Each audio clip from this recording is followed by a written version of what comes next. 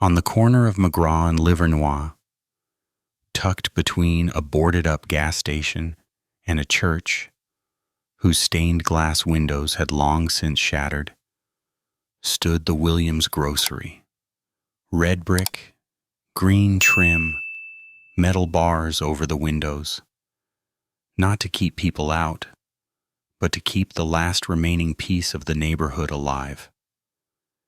It had been there since 1968, when Harold Williams bought the building with a loan from the credit union and nothing else but grit in his spine. Back then, it had a butcher counter and rows of canned goods stacked like military formation. By the early 90s, the butcher counter was gone. The produce came in bruised, and the only thing military was the posture of the 5 sons Harold left behind. Detroit in 1992 wasn't just poor, it was forgotten. Whole blocks had turned to ghost neighborhoods, burned-out homes with mattresses in the front yard and trees growing through broken roofs. Crack tore through the city like a plague, and every corner had its own dealer, its own rules, its own fragile empire. But the store, that tiny square of concrete and history, stood like a monument to what used to be possible. Harold died in 1987. Massive heart attack. Dropped right behind the counter while ringing up milk and eggs for a woman he'd known since 1971. His wife Lorraine kept it running for a few years after that, leaning on the help of her sons, Marcus, Isaiah, DeAndre, Quentin, and Malik. The youngest was just 13 when Harold died. The oldest, Marcus, was already 22, working nights at the plant and days at the store, trying to be the man his father had been without ever admitting how much it scared him. The neighborhood loved Lorraine. They called her Mama Williams, even if they weren't blood. She'd give free bread when someone was short, let people run a tab even if she knew she'd never see that money again. Her philosophy was simple: feed people, and they'll remember who you are. Don't, and they'll forget you like a boarded window. The store had its rituals. Lorraine opened at 7, always wearing the same gray cardigan and playing Motown on a beat-up radio that had survived 2 robberies and 1 flood. Isaiah ran the register. DeAndre stocked shelves. Quentin watched the door. And Malik, when he wasn't ditching school, carried bags to the cars of old women who tipped in smiles and nickels. They didn't sell liquor. That was Harold's rule. "You don't poison your own block," he'd said once, loud enough for everyone in the store to hear. "You sell liquor. You sell death." They sold cold Faygo, hot sausage, canned beans, and dreams that someday they'd make it out. Someday they'd move past cracked sidewalks and hollow eyes. But until then, the store stood, like it always had. People said the Williams boys were tight, and they were. Fists first, questions second. But they weren't thugs. They were builders, protectors. They had a code, a family, and a store full of memories. That store had seen first kisses behind the freezer, fights over stolen candy bars, even a wedding proposal next to the cash register. But the city was changing, fast. The Lincoln Park Kings were moving north, block by block, swallowing corners and setting fire to anything that didn't pay tribute. And when they came to McGraw and Livernois, the Williams family gave them an answer they didn't expect. "No," Marcus said, standing on the store steps, arms crossed, voice calm but final. The gang laughed at first, said it was just a tax, Just protection, just business. But Marcus knew what that business meant. It meant losing the last piece of their father, meant turning their family name into a footnote in some gangster's story. So he said no. And his brothers stood behind him, not flinching, not blinking. 3 weeks later, the store burned. It happened at night, just after 3 in the morning. Lorraine had stayed late, reorganizing the canned goods. A Molotov through the back window, gasoline down the alley. The fire department didn't come for 36 minutes. By then, it was ash. The store that had raised them, gone. The smell of burned wood lingered long after the fire trucks left. Smoke had soaked into the concrete, the brick, the clothes of the bystanders who stood in the early morning light with hands over mouths, staring at what used to be the heartbeat of the block. Lorraine had made it out. Barely. The paramedics said smoke inhalation, possible brain damage. She hadn't woken since. The hospital lights buzzed overhead, too bright, too white. Machines beeped in rhythm like a slow ticking clock. The 5 brothers stood around her bed, quiet as tombstones. Marcus at the head, Isaiah to the right, Quentin and DeAndre on either side of the window. Malik in the corner, knees bouncing, eyes red. "She ain't gonna wake up," Isaiah finally said, voice low. Marcus didn't look away from her face. "You don't know that." "Man, I do." Nobody argued. Because hope in Detroit cost more than most people could afford. And in that room, nobody had change to spare.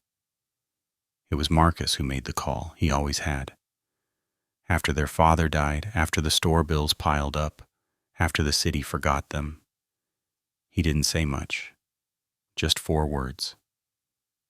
"We're gonna fix this." They knew what that meant. Even Malik, who still clung to the idea that revenge and justice weren't the same thing. But in Detroit, they were cousins, close cousins, and family looked out for each other. The brothers went home to their apartment 2 blocks from the ruins. It was the same place they'd grown up. Same posters on the wall. Same couch, with a tear in the armrest from when DeAndre threw a beer bottle during a Pistons game. They sat in silence, the TV off, the world buzzing outside like it hadn't noticed what they'd lost.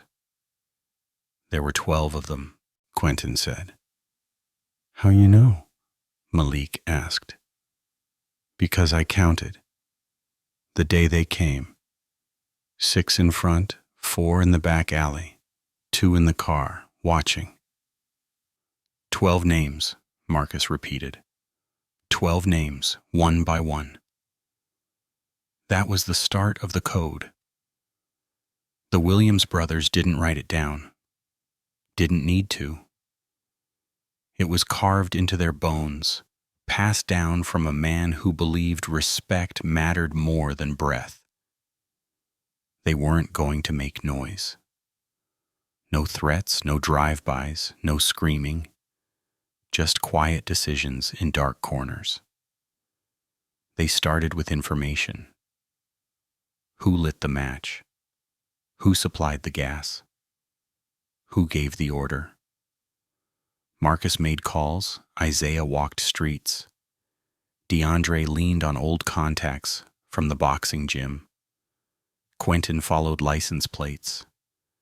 Malik hacked into a payphone line to trace a number he saw scribbled on a corner wall. By the end of the week, they had the first name. Rico. No last name. Didn't need one. Everyone on the block knew Rico. Flashy, sloppy, loud. Thought he was invincible. Thought nobody would touch him because he was plugged in. But Rico had made a mistake. He'd helped burn down a home, a memory, a mother. The Williams brothers didn't plan the next step in words. Just a nod from Marcus. A look between DeAndre and Isaiah. Quentin checking the clip on a 9mm he hadn't used in 3 years. Malik stayed behind, shaking. That night, Rico walked out of a party, drunk, laughing, coat flapping open in the wind. He took 2 steps into the alley. 1 shot. Clean. Behind the ear. He died before he hit the ground. On the wall behind him, written in burned matchsticks glued to the brick, were 2 words. For Mama. The war had begun. The morning after Rico's body was found, the street fell into silence. No one spoke his name out loud, not even the Kings. Whispers floated through the block like smoke. Someone had taken him out clean. No witnesses, no shouting, no messy shootout. Just precision. Fear crept into conversations. Even the old heads sitting outside the liquor store looked over their shoulders twice that day. The Lincoln Park Kings were used to power through volume. More men, more weapons, more threats. But this wasn't loud. This was surgical. And that scared them more than any corner gunfire ever had. Marcus stood across from the ruins of the store, arms crossed, watching the city move around the memory. All that remained was the blackened foundation and a piece of the metal door, twisted like a question mark.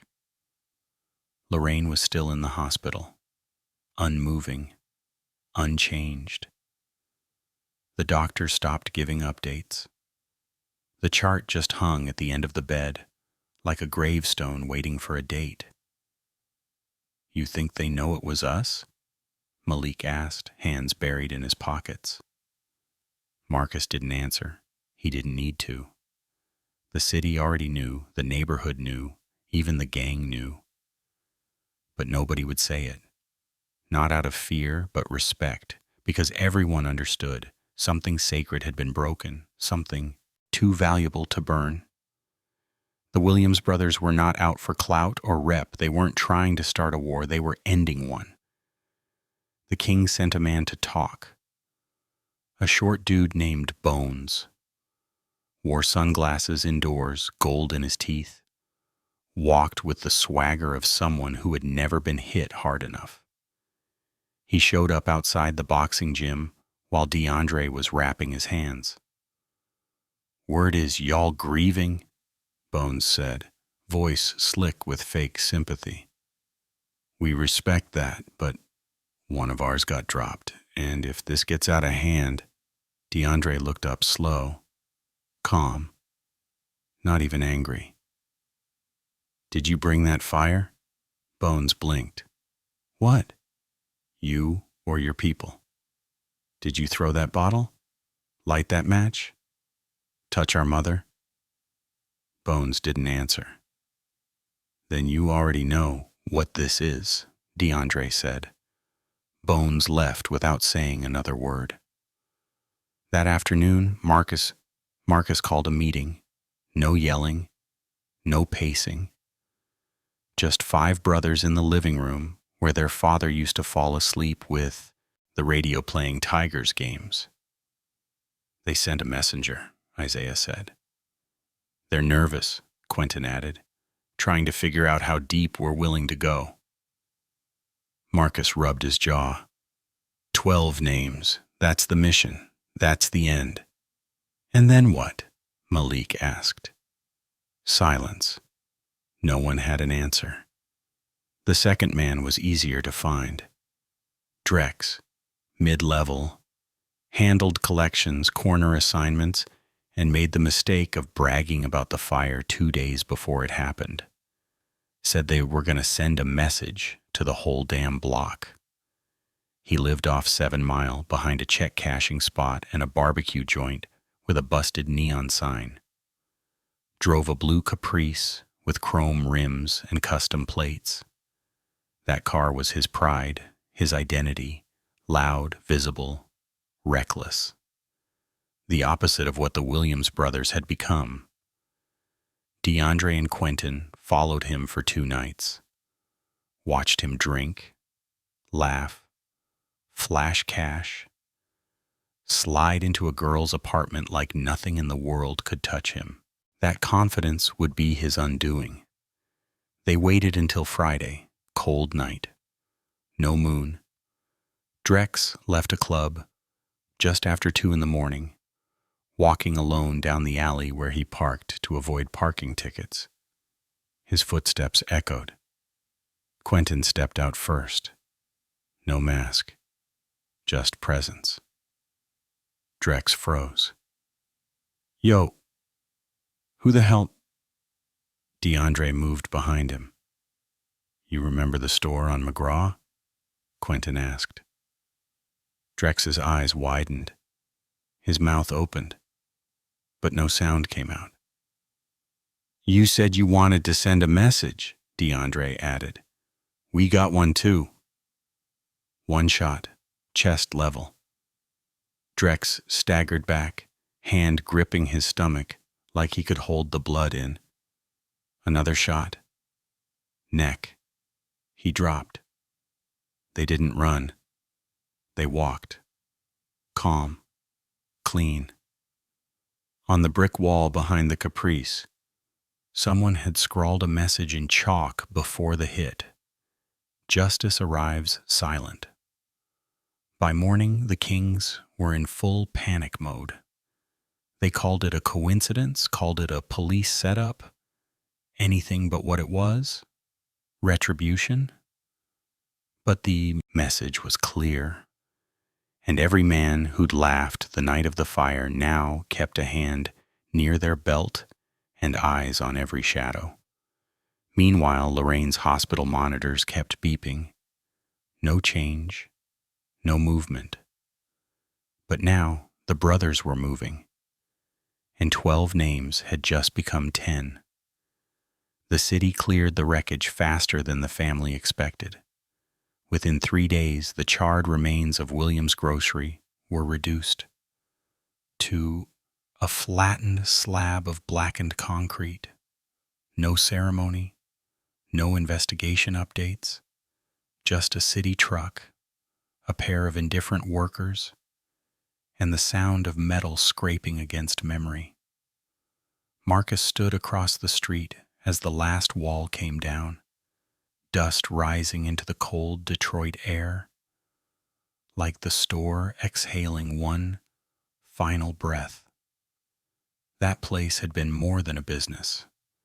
It was where Marcus learned to count change before he could spell his name, where Isaiah hid comic books behind cereal boxes, where DeAndre had broken his first nose trying to stop a robbery at 17, where Quentin had slept on bags of rice during snowstorms when the heat went out, where Malik learned what loyalty meant by watching his brothers show up every single day, no matter how bad things got. Now it was gone, and the city acted like it had never existed. Lorraine Williams remained unconscious in a narrow hospital room that smelled like antiseptic and stale coffee. Her chest rose and fell, slow and mechanical, as machines breathed for her. Doctors stopped using words like when and started using words like if. Marcus sat with her every night, holding her hand, telling her stories she couldn't hear, about the store, about the neighborhood, about how nobody would ever hurt them again. Isaiah visited less often. He couldn't stand the stillness, the waiting. DeAndre punched a locker in the stairwell after a nurse told him Lorraine hadn't responded to stimulation tests.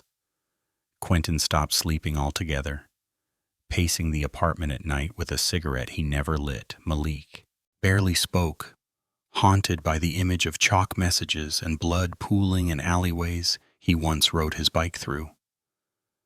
The neighborhood watched quietly. Nobody called the police. Nobody asked questions. People left food at the apartment door. Envelopes with cash appeared in the mailbox. It wasn't charity. It was acknowledgement. The Williams family had been wronged, and the block understood exactly what was happening now. The police, on the other hand, pretended not to. 2 murders in less than a week should have drawn attention. Instead, they were written off as gang violence, internal disputes, the usual Detroit shorthand for lives nobody planned to solve. The detectives assigned were overworked, understaffed, and quietly relieved the killings hadn't spilled into daylight. Marcus took note of that. The brothers gathered that night in the living room, the television muted, the city's glow bleeding through the blinds. The list sat on the coffee table. 12 names written on a torn piece of notebook paper. 2 crossed out. 10 remaining. "We don't rush this," Marcus said. "We don't get sloppy." DeAndre nodded. "They already scared." "Scared people make mistakes," Quentin added. Malik swallowed hard. "So do angry ones." Nobody argued. They burned the list after the meeting, committing the names to memory instead. Paper could be found. Memory couldn't. Marcus slept on the couch that night, gun under the cushion, shoes still on. He dreamed of fire swallowing aisles and his mother calling his name from somewhere he couldn't reach. By morning, Lorraine's heart monitor had slowed. By evening, it stopped. The doctor said the words gently. Cardiac arrest. Complications from smoke inhalation. Too much damage. Not enough time. Marcus felt something collapse inside him. A structure he hadn't known was still holding weight. Isaiah punched the wall hard enough to split his knuckles. DeAndre walked out without a word. Quentin sat down on the floor and didn't move for an hour. Malik cried openly, shoulders shaking like a child. Their mother was gone. The store was gone. And the city kept breathing like nothing had happened. That night, Marcus rewrote the list from memory. 10 names became 12 again. Funerals in Detroit had a particular sound. Not silence, but murmurs. Shoes scuffing tile. Soft crying mixed with anger held just beneath the surface. Lorraine Williams' service filled the church past capacity. Neighbors standing along the walls, spilling into the cold street outside.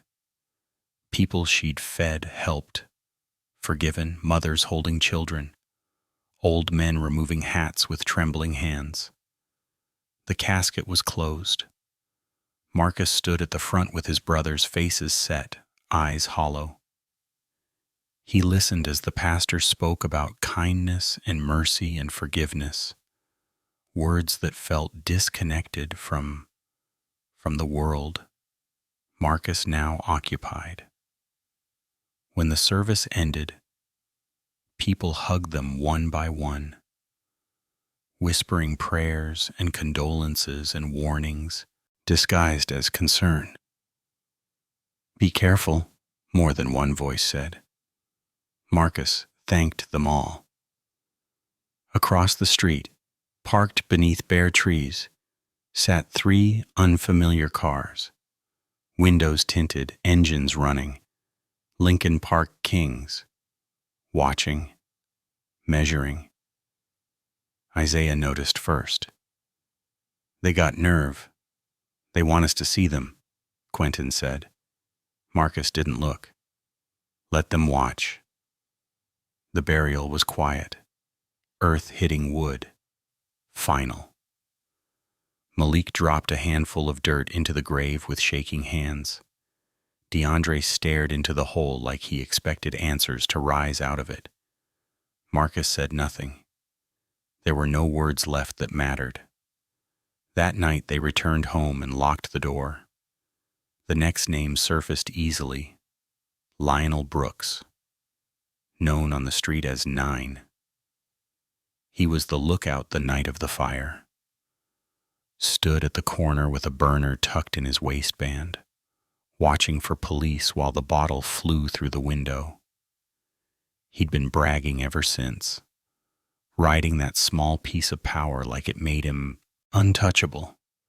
Marcus tracked him to an abandoned apartment complex near Joy Road, 9th floor, broken elevator, no electricity, the kind of place people went when they wanted to disappear. Isaiah and Quentin went with him. DeAndre stayed back. Malik insisted on coming, but Marcus shut that down without raising his voice. "You stay," he said. "Someone has to remember who we were before this." The stairwell smelled like urine and mold. Their footsteps echoed, slow and deliberate. On the 9th floor, music thumped faintly behind a metal door. Laughter, confidence, ignorance. Marcus knocked once. 9 opened the door with a smirk that vanished the moment he saw who stood there. "I ain't," he started. Isaiah hit him first. Hard. Fast. Quentin dragged him inside and shut the door. They didn't torture him. Didn't scream, didn't waste time. Marcus crouched in front of 9 as he bled onto a stained carpet. "You saw it," Marcus said quietly. "You knew what was happening." 9 sobbed, apologized, begged, promised names. Marcus listened. Then he stood. One shot. They left the apartment exactly as they found it, except for the body cooling on the floor. No message this time. No chalk. No matchsticks. Just silence. Outside, Detroit breathed in the cold air and didn't notice another soul leaving it. The list was down to 11, and the Williams brothers were no longer reacting. They were proceeding. By the time the sun set on the next day, the streets had changed. There was a new quiet around the block. Not peace, never that, but a kind of breath-holding tension, like the whole neighborhood knew something was happening beneath the surface and didn't want to disturb it. The Lincoln Park Kings were still around, but less visible. Their cars passed slower. Their eyes scanned harder. And their voices, once loud, laughing, cruel, were now hushed behind tinted glass and rolled-up windows. The brothers didn't speak about the last hit, not even to each other. What had happened in that 9th-floor apartment was already folding into their bones. There was no glory in it, no swagger, just purpose. They met again that night in their father's old garage, the one behind the apartment, next to the alley where Lorraine used to park her Buick. The garage still smelled like oil and wood shavings, still had the pegboard wall where Harold kept his tools in perfect order. Even now, long after his death, Marcus never touched the layout. He just stood beneath it, staring like it held the answers. "We go again," Marcus said. His voice was steady, colder than before. "Who's next?" Quentin asked. Isaiah answered. "Bo." He was one of the drivers. "Confirmed?" DeAndre nodded. "Yeah." Drove the crew to the back alley that night. Same black Monte Carlo. It was parked behind the liquor store on Cass this morning. "He got kids?" Malik asked suddenly. The question hung in the air. Silence. Isaiah exhaled. Not that we know. Even if he does, Marcus said, he lit that match with his hands, same as the others. They didn't argue. Bo was older than the others. Mid-30s, maybe. Still dressed young, still talked like a teenager, but he'd been running corners since before Marcus had chest hair. The city knew him as a survivor, not particularly violent, but always present when bad things happened. He was the kind of man who stood nearby while others pulled the trigger and collected his cut without ever getting blood on his shoes.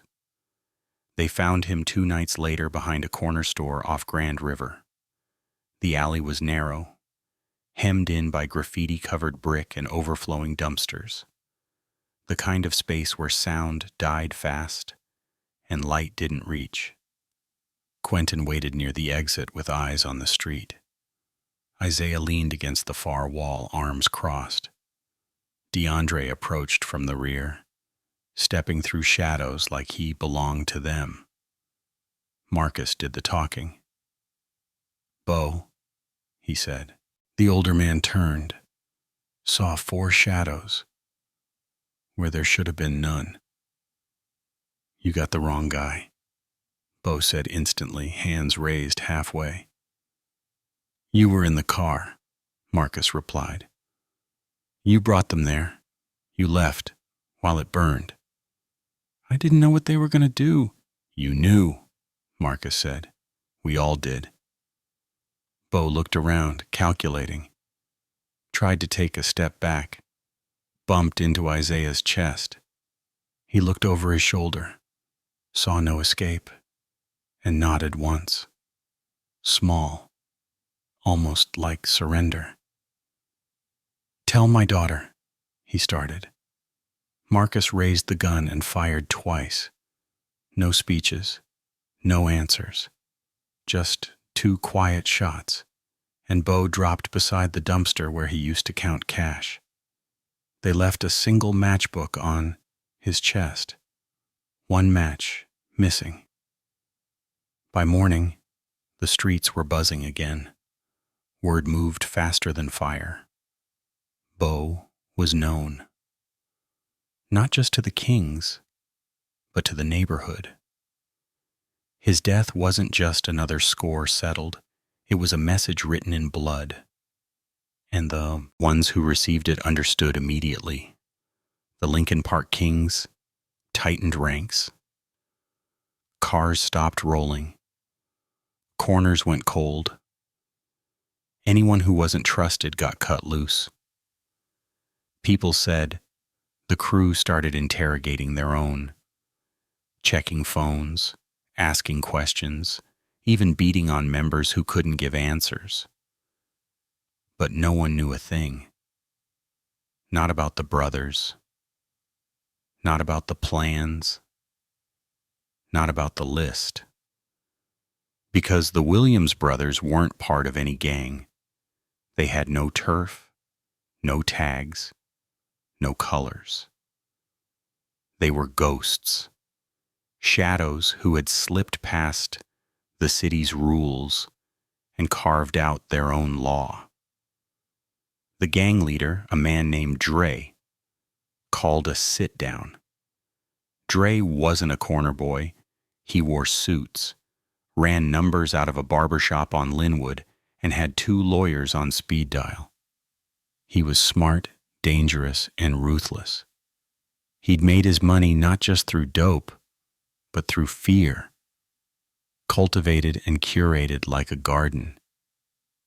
He called in his lieutenants and told them one thing. Find out who's doing this, and when you do, bring them to me breathing. But breathing was not the condition the brothers were interested in. Back at the apartment, the mood was shifting. The revenge had taken shape. Now, it was an operation. Marcus laid out the known targets, names, locations, patterns. They weren't working random. They were working smart. Every man on the list had touched that night. The fire, the planning, the watch. If your hands were clean, You weren't a target. But if you stood by and watched Lorraine burn, your time was already running out. Malik, however, was breaking. He sat in his room with the lights off, headphones over his ears, trying to drown out the world. But he couldn't. Not really. Every footstep outside the apartment made him flinch. Every time the phone rang, he jumped. He hadn't pulled a trigger yet, but he felt just as guilty. Marcus found him that night sitting on the kitchen floor. "You good?" Marcus asked. Malik shook his head. "No, we're killing people." "They burned her alive." I know, but what if this doesn't stop? What if we don't stop?" Marcus knelt in front of him. "Then it means we never really had a choice. We finish this. We make sure no one else ever thinks about doing this again." Malik looked up. "And then what?" Marcus didn't answer. He didn't know. The Kings started moving more aggressively. They knocked on doors, pressed locals for information. Someone said they cornered a kid outside the liquor store and broke his fingers just for saying the word Williams. They were scared and trying to cover it up with noise. But fear doesn't protect you from ghosts. The next target was a man named Cornell. Low level, but instrumental. He had bought the gas, according to a tip DeAndre received from an old friend who worked the counter at the hardware store. Paid cash, wore gloves, thought that made him invisible. It didn't. They tracked him to a dice game in a basement on Livernois. Waited until he left, pockets full of crumpled bills, smile wide like a man who thought luck was on his side. 2 blocks later, in an alley behind a closed corner store, Cornell was gone. 1 bullet. No witnesses. When his body was found, his cash was still in his pockets. His wallet untouched. His watch still ticking. This wasn't robbery. This was precision. This was war. And the city knew it. 8 names remained. And the Williams brothers were just getting started. The brothers had stopped pretending this was temporary. That realization came quietly. Not in a moment of violence, but in the stillness between it. In the early hours of the morning when Detroit felt hollowed out and the city lights flickered like tired eyes, Marcus sat alone at the kitchen table. A single sheet of paper lay in front of him, blank, except for a single word written at the top. Family. He thought about their father, Harold Williams, standing behind the counter with sleeves rolled up. Voice, calm but unmovable when trouble walked through the door. Harold had never raised his voice. He didn't need to. Respect followed him like gravity. The neighborhood knew where he stood because he never shifted. That was the code. Stand firm, protect what's yours. Don't let anyone take food off your family's table. Marcus had absorbed that code without realizing it. So had the others.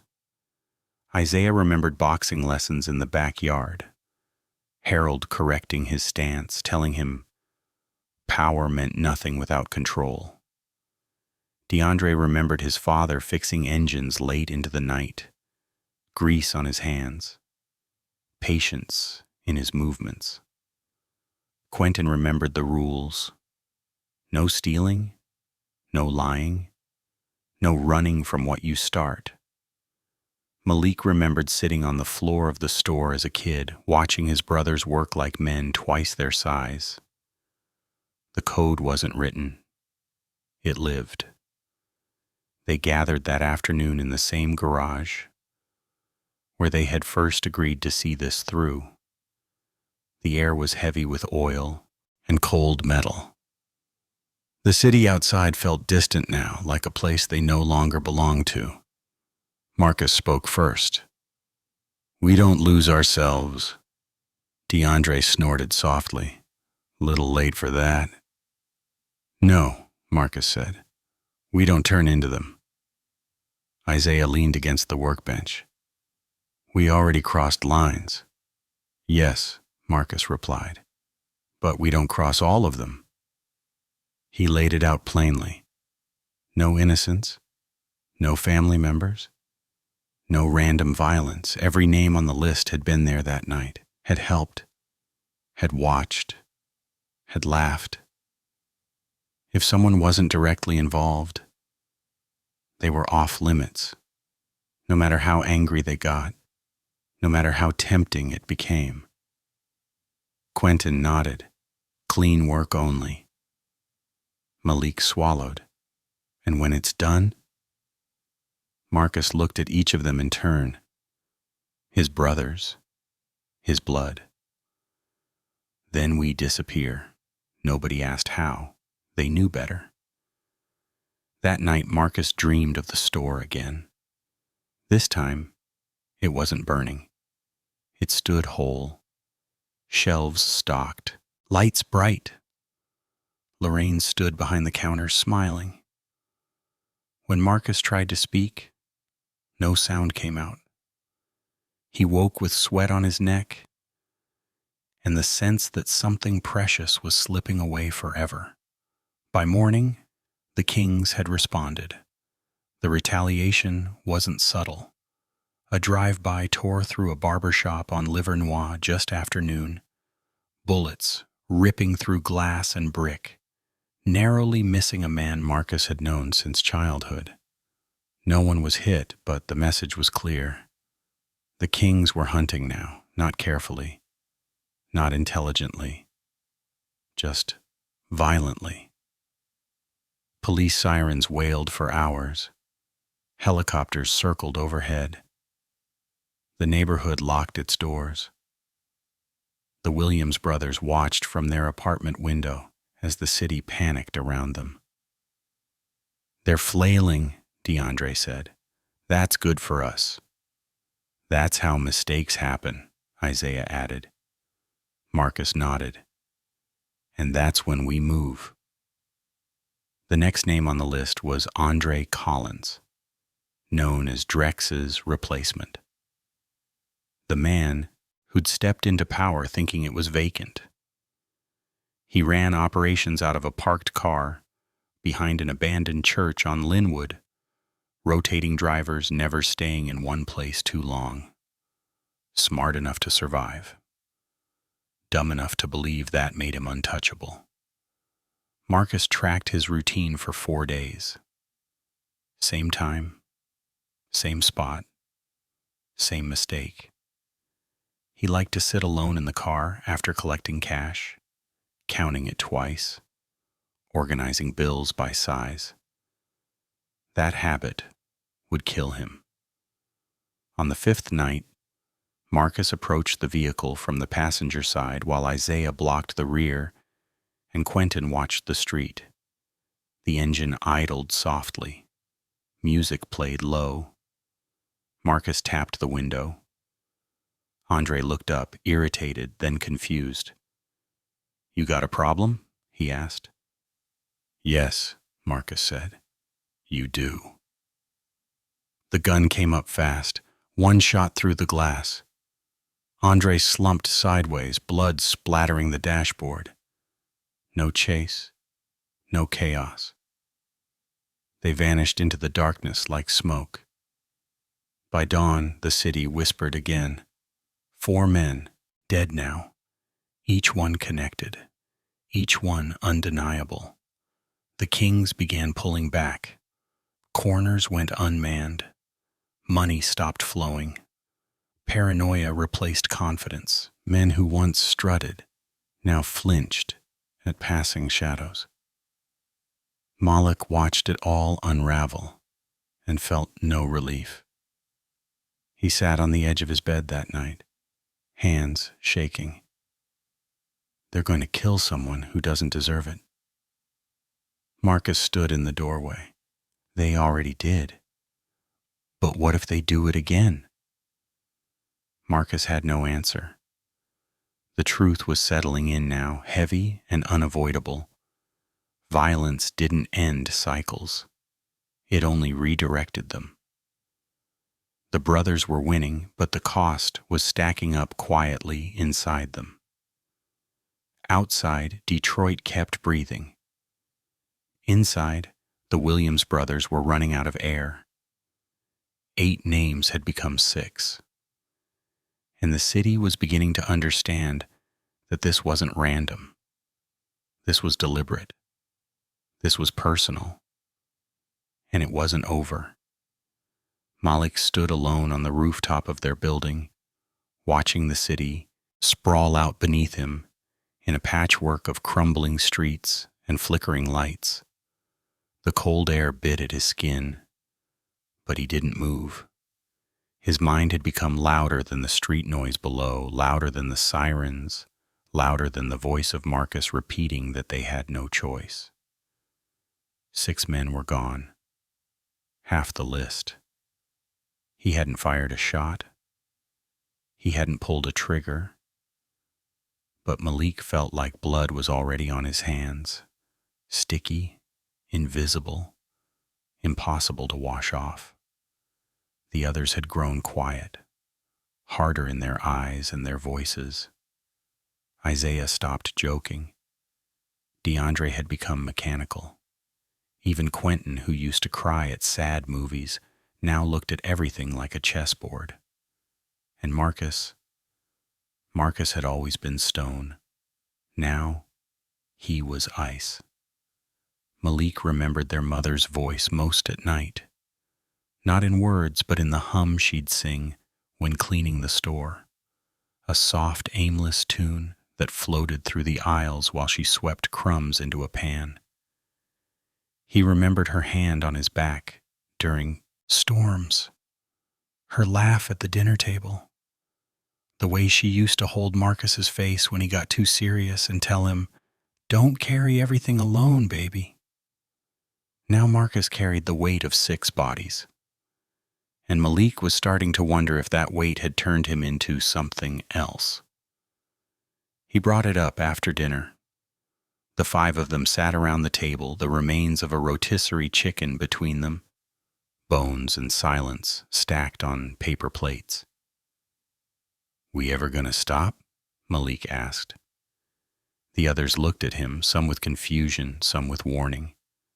"After the last one," Marcus said plainly. "And then what?" Malik asked. "We just stop being killers?" DeAndre leaned back, chewing. "We ain't killers." "Then what are we?" Malik snapped. "'Cause I sure as hell don't recognize us anymore." "You recognize what they did to her?" Isaiah said sharply. Quentin stayed quiet. "I do," Malik said. "Every damn night. But I'm not sure she'd want this." Marcus stared at his younger brother, unreadable. She didn't want to burn either. Malik pushed away from the table and walked out.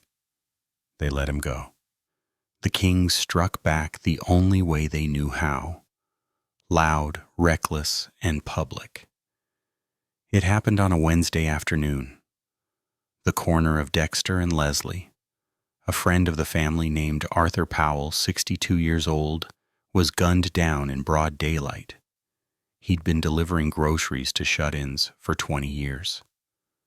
The Kings claimed it was a mistaken identity, a misfire, a tragedy. But everyone knew the truth. He had been seen talking to Marcus outside the hospital the week before. That was enough. Marcus stood at the scene 30 minutes later, surrounded by police tape and reporters, his jaw clenched so tight it hurt to breathe. He watched Arthur's body get wheeled into the coroner's van and felt something inside him snap. Not violently, but clean, like a twig breaking underfoot. "We take this personal now," DeAndre said. Quentin nodded. "We take it all." That night, the list changed. It no longer mattered who threw the match or held the gas. Anyone who directed, approved, or stood by while the fire burned now had a mark on their back. The brothers drew no more lines. That kind of mercy had died with Arthur Powell. The next target was Jamel "Spree" Davis, a mid-level enforcer with a reputation for being both unpredictable and cruel. He'd laughed after the fire, loud and sloppy at a party where someone caught him mocking Lorraine by name. He hadn't been on the original list. Now he was at the top. They found him at a strip mall bar on Fenkell, sloppy drunk, surrounded by laughter that stopped the moment the brothers entered. Marcus walked up to him slowly. Spree turned, squinting, unsteady on his feet. "You know who I am?" Marcus asked. Spree blinked, trying to process the face in front of him. "I'm the name your boys stopped saying." The punch came first. A brutal right hook that knocked Spree against the bar. Glass shattered. Screams erupted. Isaiah and DeAndre grabbed him before he could fall, dragged him out the back exit while Quentin cleared the way. No guns. Not this time. Not yet. Behind the bar, in a quiet alley lined with trash cans and oil stains, they made it count.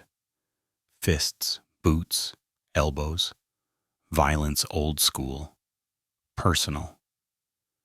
Spree begged, cried, promised money. But money couldn't bring Arthur Powell back. When they were done, Spree could barely breathe. Marcus leaned in close, voice like steel. "You picked the wrong family." Then came the shot. One bullet to the chest. The silence after was complete. Quentin threw up behind the dumpster. Malik stayed home that night. By morning, Spree's body was front-page news. The police commissioner held a press conference, called it gang escalation, promised more patrols, more arrests. But no arrests came, because nobody was talking. Not the streets, not the witnesses, not even the kings. Because they all knew what this was now. It wasn't gang war, it was a family war. And the Williams brothers weren't backing down. The funeral for Arthur Powell drew more people than anyone expected. Cars lined the street outside the small Baptist church, stretching past the corner and into blocks that hadn't seen this kind of gathering in years. Arthur hadn't been famous, he hadn't been powerful, but he had been present. In a city where so many disappeared quietly, presence mattered. People came because he'd brought groceries when they couldn't walk, because he'd fixed broken locks without asking for money, because he'd smiled at kids who thought the world had already forgotten them. Marcus stood in the back pew with his brothers, dressed in black that felt heavier than usual. He watched Arthur's widow clutch a handkerchief so tightly her knuckles went white. He watched grown men bow their heads and teenagers stare at the floor, angry and afraid in equal measure. The Kings had meant to scare the Williams family into stopping. Instead, they'd unified the neighborhood against them. The pastor spoke about senseless violence and the cost of hatred. He spoke about forgiveness. Marcus listened, but the words slid off him like rain on glass. He wasn't numb. He was focused. Arthur's death had stripped away the last illusion that restraint would save anyone. Innocence had already been violated. The line had been crossed by someone else, long before Marcus ever raised a gun. As the service ended, Marcus felt eyes on him. He turned and saw 3 young men standing near the exit. Not kings, not exactly. Affiliates, messengers. Their faces were tight, tense. One of them nodded, slow and deliberate. A warning. Isaiah leaned close. They're getting desperate. They should be, Marcus replied. Outside, the air was thick with murmured conversations and anger barely contained. Arthur's widow hugged Marcus without hesitation, pressing her forehead into his chest. "Don't let them do this again," she whispered. Marcus closed his eyes. They won't. That night, the brothers gathered in silence. No list on the table this time. No debate. Just understanding. The next phase wouldn't be quiet. It couldn't be. Malik sat apart from them, arms wrapped around his knees. He hadn't gone to the alley, hadn't seen Spree die, but he'd seen Arthur's body, and that had been enough. "I don't want this anymore," Malik said suddenly. DeAndre looked up, startled. "I mean it," Malik continued. "I'll help you get out. I'll drive. I'll watch. But I can't keep pretending this doesn't eat at me." Marcus studied him for a long moment. Then he nodded. "You don't have to pull a trigger." Relief washed over Malik's face, followed immediately by guilt. That night, Marcus made a decision he hadn't planned on making. He added new names to the list. Not impulsively, carefully. Leaders, decision-makers. Men who gave orders and slept in clean houses while others burned stores and people alive. The war was changing shape. Detroit answered violence with routine. Sirens wailed. News anchors spoke in practiced tones. Politicians promised action. But on the streets, people adjusted and moved on, stepping around bloodstains like they were cracks in the sidewalk. The city had learned how to survive tragedy by refusing to stop for it. The Williams brothers didn't have that luxury. They struck twice in 1 week. The first was deliberate.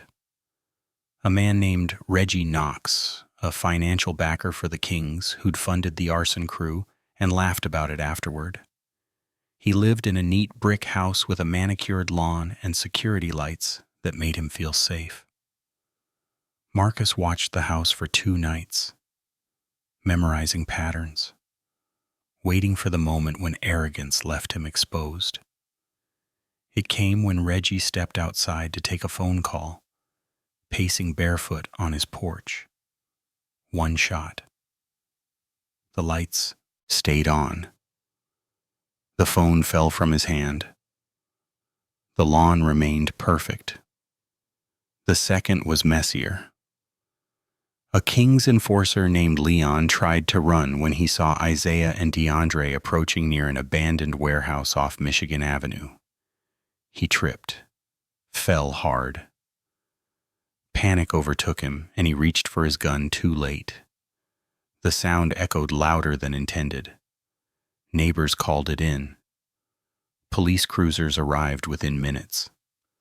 For the first time, the brothers had to scatter. Quentin took a wrong turn and nearly ran into a patrol car. He ditched the vehicle, cut through backyards, vaulted a fence, and disappeared into the night with his heart pounding so hard it hurt.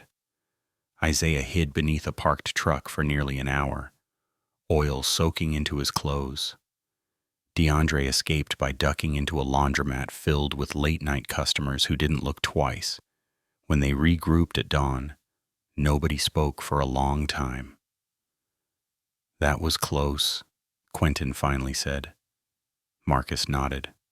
"Too close." The city was tightening. Now. More patrols, more attention. The Kings were bleeding, but they weren't finished. Neither were the brothers.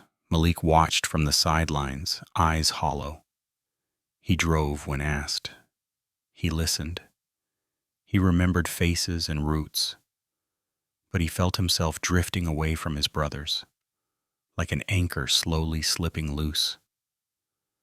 That evening, news broke that the king's leader, Dre, had gone into hiding. Safe house, armed guards, layers of protection. He was scared, and that made him dangerous. Endgame, DeAndre said quietly. Marcus stared out the window at the city skyline, smoke still rising from distant factories. Not yet.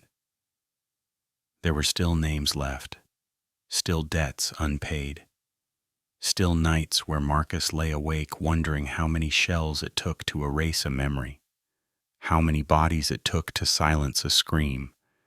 The store would never come back. Their mother would never walk through the door again. But the fire had to mean something. It had to lead somewhere. Outside, someone had left a single burned match on the concrete slab where Williams' grocery once stood.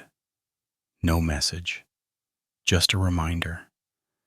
And in the cold Detroit night, the Williams brothers prepared for what they all knew was coming, the final reckoning that would either end the violence or consume what was left of them entirely. The apartment was quieter now, not peaceful, brittle, like glass stretched too thin. No music played anymore. The TV stayed off. The laughter that once echoed between the brothers, even during the worst of times, had disappeared completely. Vengeance had become their language, and silence its punctuation. Marcus barely slept.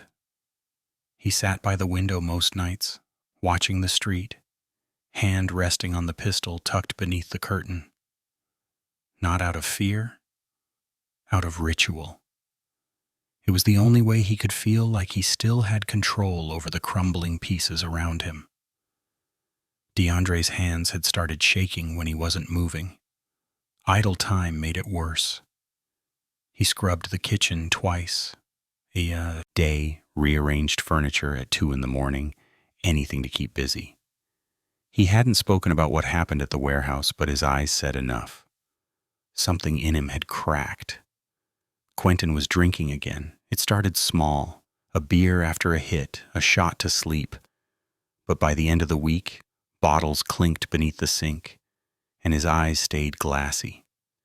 He didn't lash out, he just faded, slow and quiet, like a man walking deeper into water. Isaiah kept pushing forward, always ready for the next move.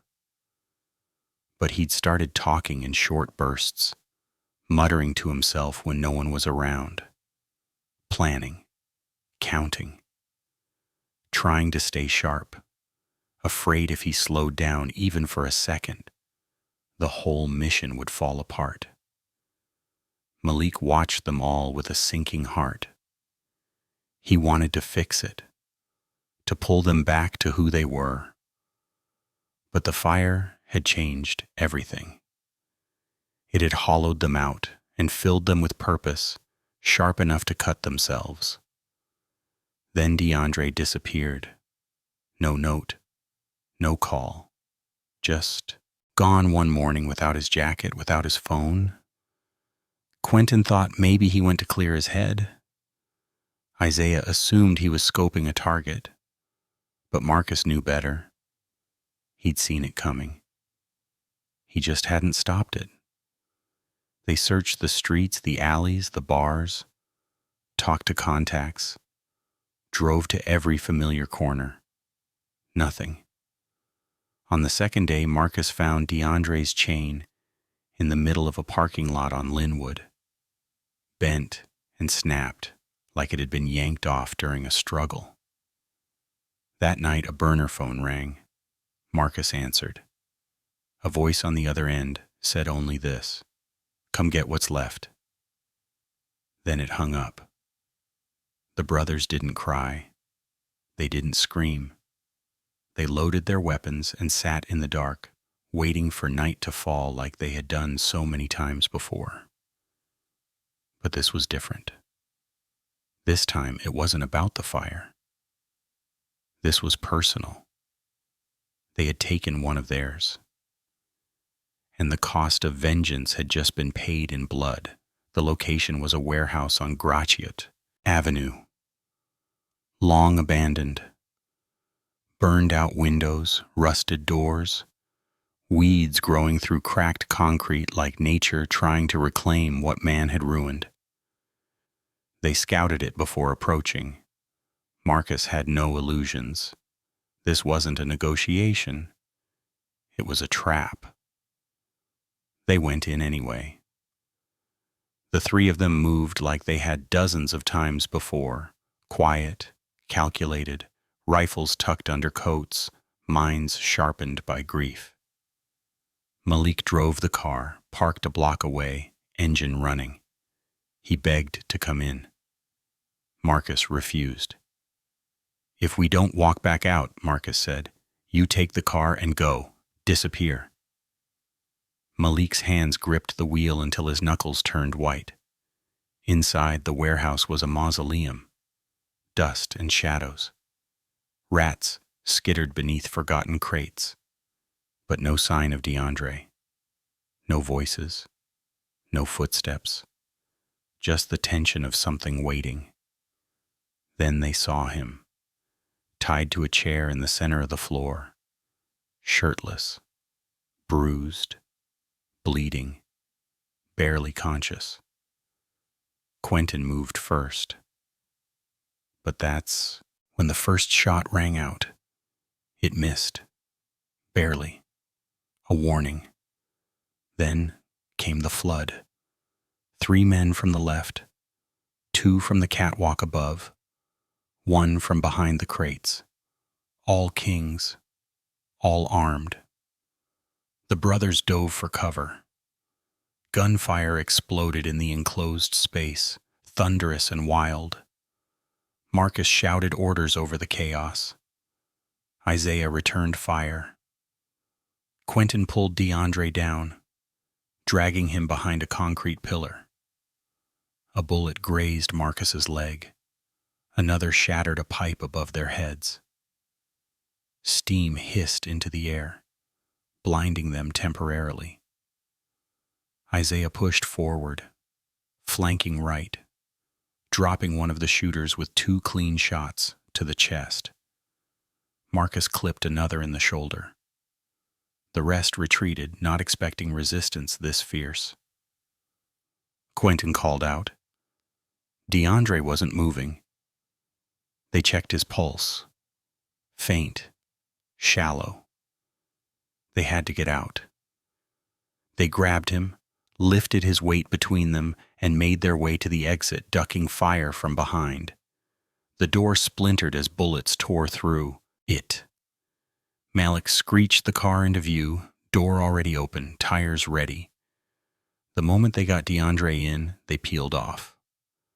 The warehouse shrank behind them, glowing in the rearview mirror like the mouth of hell. At the apartment, they laid DeAndre on the couch, patched him up with towels and trembling hands. Marcus sat beside him, whispering promises through clenched teeth. "You're not dying. You hear me? You're not." Malik paced the hallway, hands on his head. "This is never going to stop." Isaiah reloaded a fresh clip. "No," Marcus said. "It's not. Not until Dre is dead." The leader of the kings had drawn blood. Real blood. Not just symbolic. He had crossed into the heart of the family. And now, there would be no more shadows. No more whispered warnings. Marcus would bring the war to his doorstep.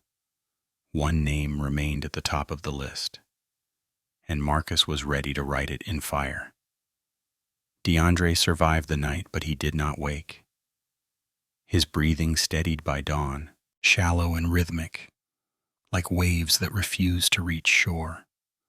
The brothers took turns sitting with him, changing towels, whispering reassurances he could not hear.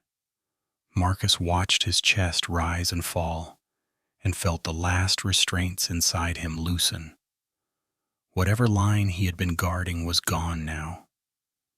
The kings had taken the choice away.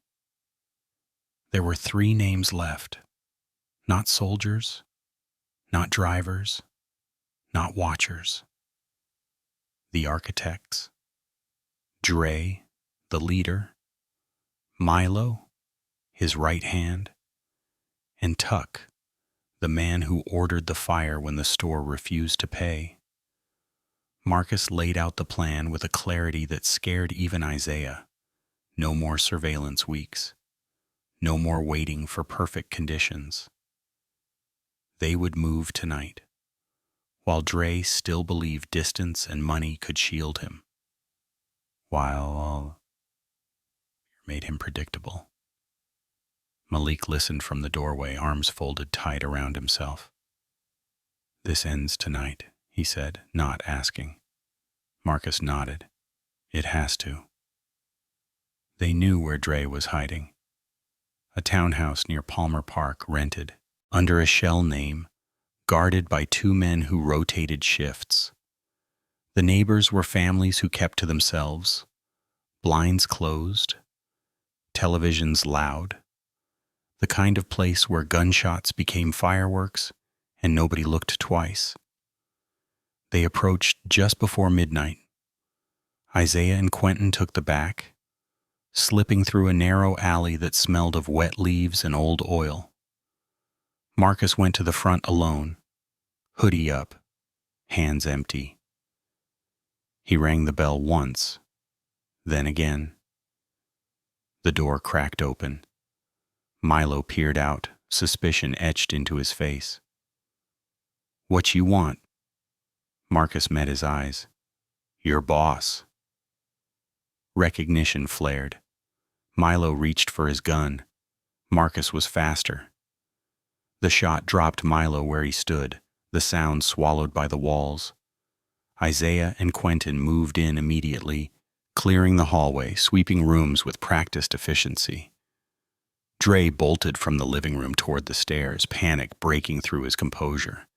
"Don't," Marcus called. "You already know how this ends." Dre turned, gun shaking in his hand. He fired wild, missed, stumbled back into the corner where family photos hung, from a life that had nothing to do with this.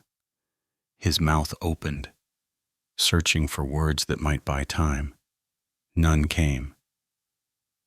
"You burned my mother," Marcus said, voice steady. "You burned our name."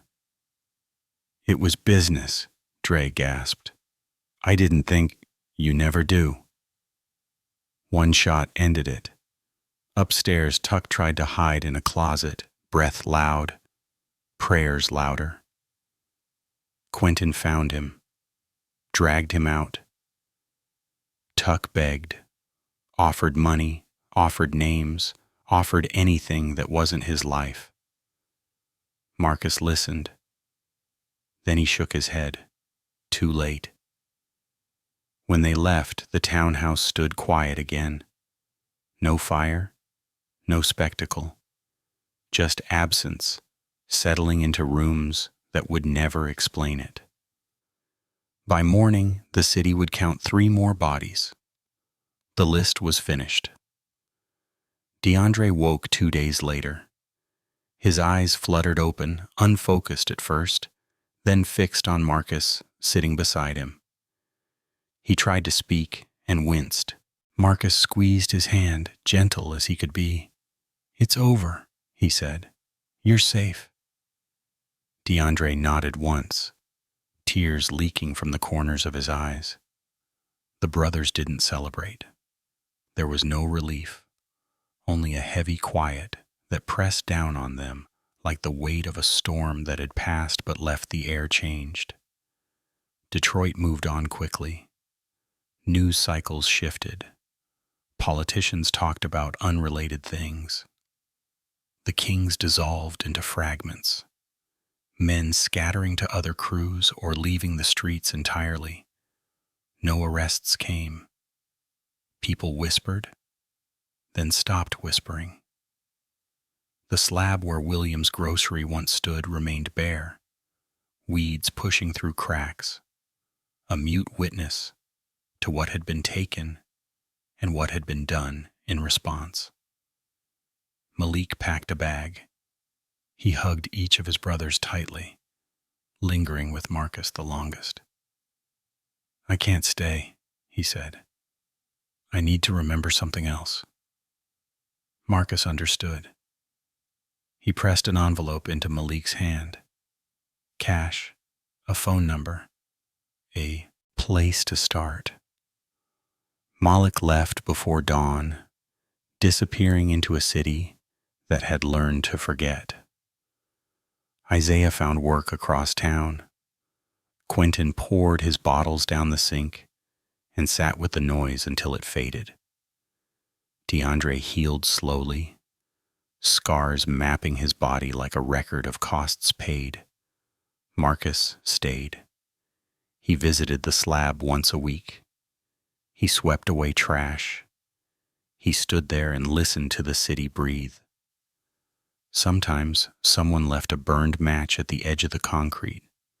Sometimes flowers. No plaques, no markers, just memory. Detroit forgot the names quickly. It always did. But the neighborhood remembered the feeling, the sense that lines existed, that burning a family out of its history carried a price. Years later, a convenience store opened 2 blocks down, bright and clean. Kids bought candy. Old men nodded. Life continued, stubborn as ever.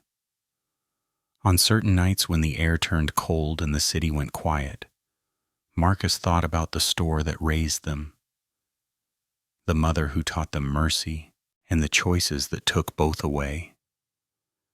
He wondered if justice and vengeance were ever different things, or if they were just words people used to survive what they had already decided to do. The city offered no answers. It never had. But somewhere between ashes and shell casings, between grief and resolve, the Williams family drew a line that Detroit would feel long after it forgot their names. And that was enough.